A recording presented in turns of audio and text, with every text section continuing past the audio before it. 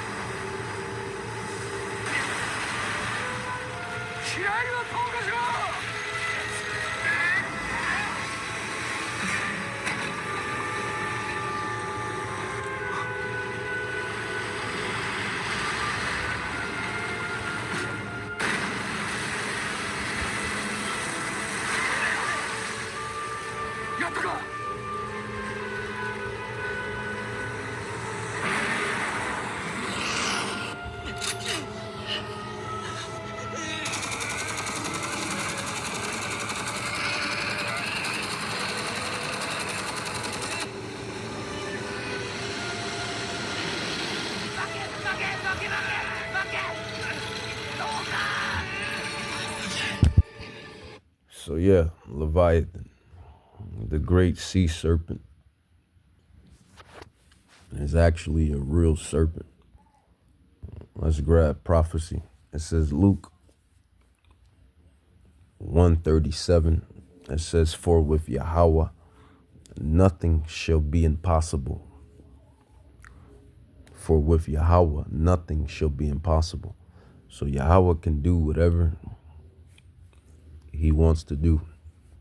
Whatever he wants to create, he has the power to manifest. So with that being said, some great sea creature being in the midst of the ocean, and you people know how deep in depth the oceans are, it shouldn't be hard for you to receive or conceive that there could be such a beast in the watery deep. Amos 3:7, it says, "Surely Yahweh will do nothing, but he reveals his secrets unto his servants, the prophets." Amos 3:7, "Surely Yahweh will do nothing, but he reveals his secrets unto his servants, the prophets." So these mysteries and secrets of the kingdom of heaven, and just secrets and mysteries within the earth, Yahweh, Bahashem Yahweh Shai, Yahweh can reveal them to whom which he please, and whoever he wants to reveal them to. But he says he reveals them to the prophets. And this is why we can break down these prophecies, these scrolls. Psalms 104, verse 25 through 27, it says, "So is this great and wide sea, which is the oceans, wherein are things creeping innumerable." So it's not only Leviathan. You have creeping innumerable things, man. You have all type of stuff in the oceans. You got giant squids, octopuses, whales, humpbacks, fishes, dolphins, sharks, starfish, fish that's in the depths of the water, in the sea, that got lights hooked to them. You got You got crocodiles they in the lakes, but alligators, you got piranhas, you got all type of sea fish and animals. So it shouldn't be hard for you to comprehend that there's some great sea dragon, sea serpent called Leviathan in the watery deep. Maybe what, two, three, four of them. The ocean is pretty vast.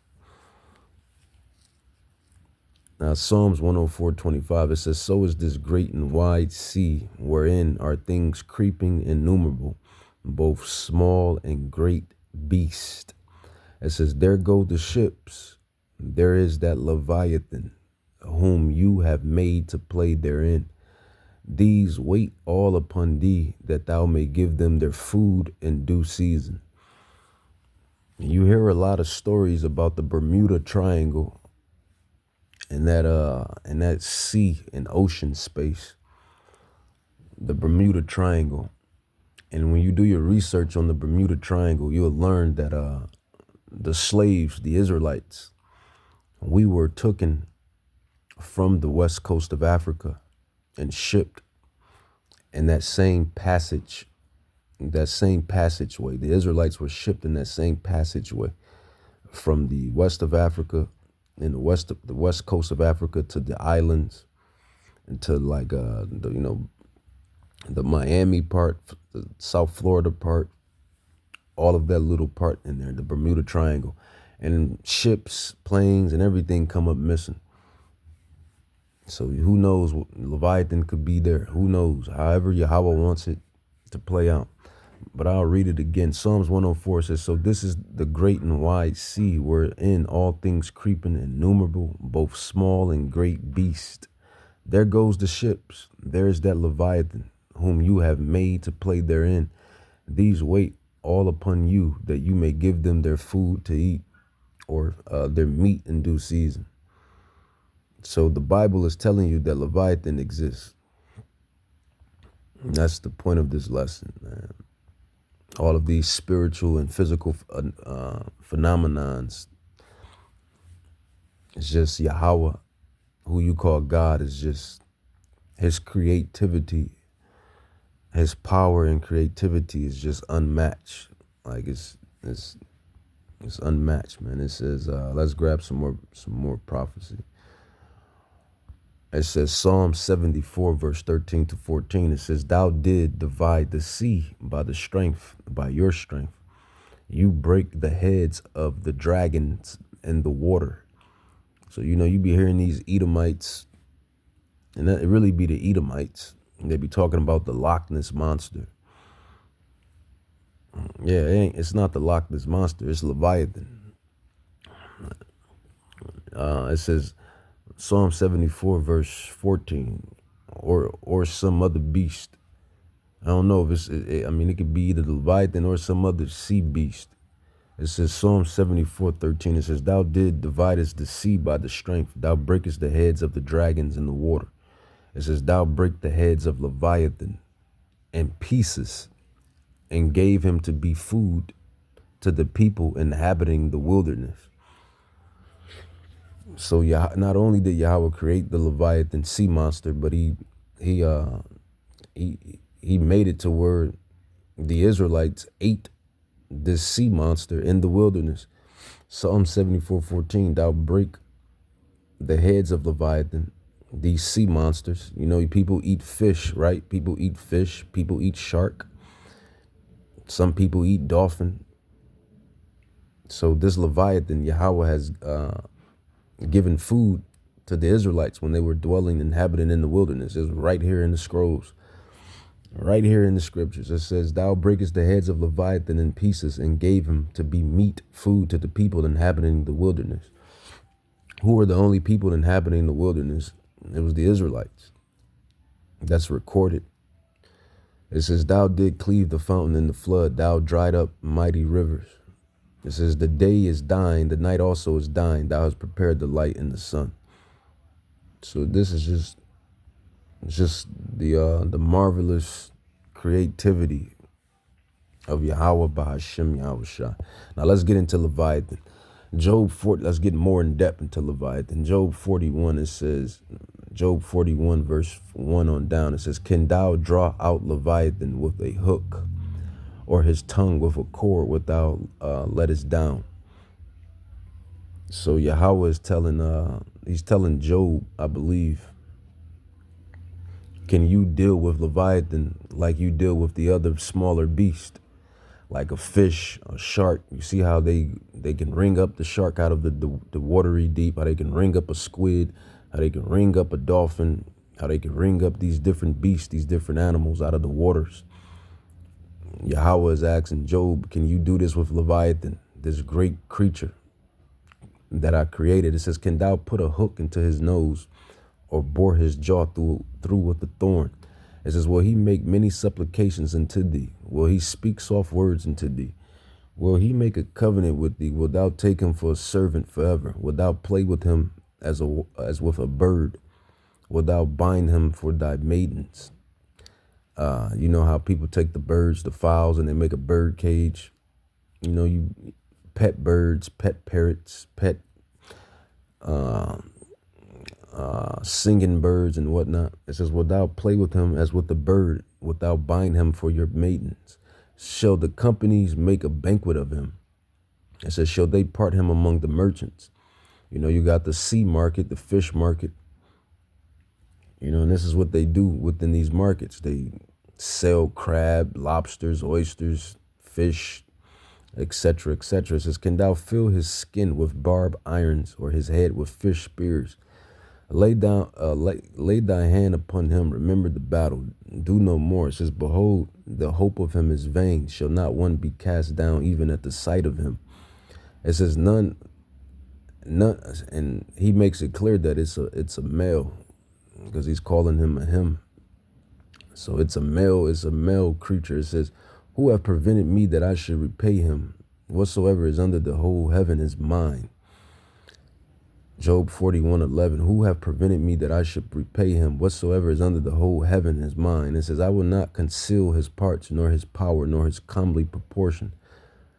It says, who can discover the face of his garment, or who can come to him with his double bridle? It says, who can open the doors of his face? His teeth are terrible round about. So you see how you got the crocodile and the alligator. This beast creature is like 10 times, 10 times that.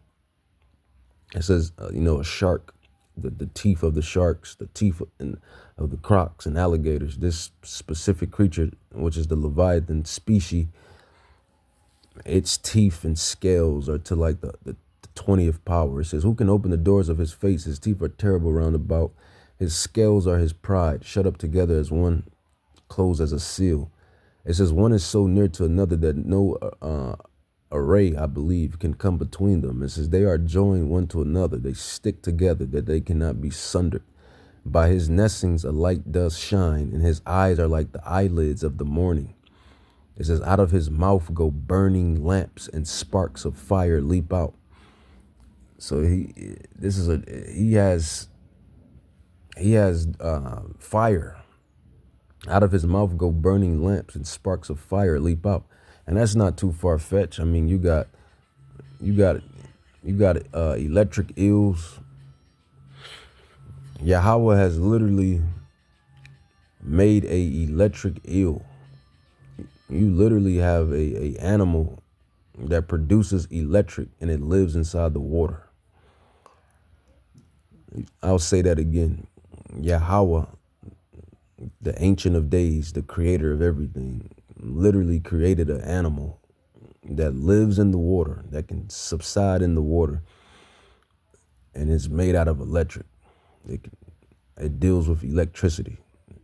Everybody knows electricity and water. It's like oil and water to an extent. It says, by his nestings a light does shine, and his eyes are like the eyelids of the morning. Out of his mouth go burning lamps, and sparks of fire leap out. Out of his nostrils go smoke. It says, as out of the seething pot of a caldron. It says, his breath kindle coals, and a flame goes out of his mouth. So this is This animal has the ability to spark fire. I mean, this is what this prophecy is saying. I mean, when you look at like I said, the electric eel has the ability to spark electric. When you look at the eel, the octopus has the ability to throw out ink. You know, the cheetah has the ability to run fast. The rhinoceros has the ability to be strong and stout, along with the hippopotamus. The eagle has the ability to see far and fly. Different insects have different abilities and defenses and poisons and venoms. So this stuff is not far-fetched. It says, out of his nostrils goes smoke as out of a seething pot or cauldron. It says, his breath kindles coals, and a flame goes out of his mouth, and his neck remains strength, and sorrow is turned into joy before him. It says, the flakes of his flesh are joined together. They are firm in themselves. They cannot be moved. So I ain't going to really dwell on it for too long. But it's amazing that these creations, his body temperature too, because if you're dealing with a beast, a mammal that's this large, the heat that this mammal has to what's the word I'm looking for? To be around a mammal, a beast such as this Leviathan or Leviathans, the heat that I can't even pull the term I'm looking for. The heat that I will go with operate. We can probably use operate. Who cares about the English language? It's not even the mother tongue anyway. My mother tongue is Paleo Hebrew. But a mammal such as this stature, a mammal with such stature as the Leviathan, the heat that radiates, I should say, there you go. The heat that radiates from this animal has to be very hot. You know, our bodies radiate heat. We're mammals. Mammals radiate heat. So this is why it says in Job, in verse 31, it says, he makes the deep to boil like a pot. He makes the sea like a pot of ointment. So if you get around them, you'll feel the heat radiation, the heat that radiates off of them or off of her. We don't know how many Leviathans that's out there, but this is speaking of a specific Leviathan. And the other precepts that I gave you just showed you that this creature is real. I'll re-innovate that, or reiterate that rather. It says Psalms 104, it says, so is the great and wide sea, wherein are these things creeping innumerable, both small and great beasts. There goes the ships. There is that Leviathan whom you have made to play therein. These wait all upon you, that you may feed them in their season. And I'll just end it with this. Bermuda Triangle, Loch Ness Monster, ships. Who knows how the Titanic really sunk? Remember, they mocked God. You know, they mocked Yahweh. They said that this ship cannot be taken down. God couldn't take this ship down. This is what these captains and engineers, this is what they said when they was creating the Titanic. They said God couldn't take this ship down. And what happened? What happens when you mock Yahweh, Bahashim Yahushai? Well, you know the rest of the story of Titanic. So I'll end it with that. With that, I'm going to say, Kol Halam La Yahweh, Bahashim Yahushai, Bahashim Rakak Chadash, Barakata Yahweh, Barakata Yahushai, Barakata Yahweh, Bahashim Yahushai, Bahashim Rakak Chadash.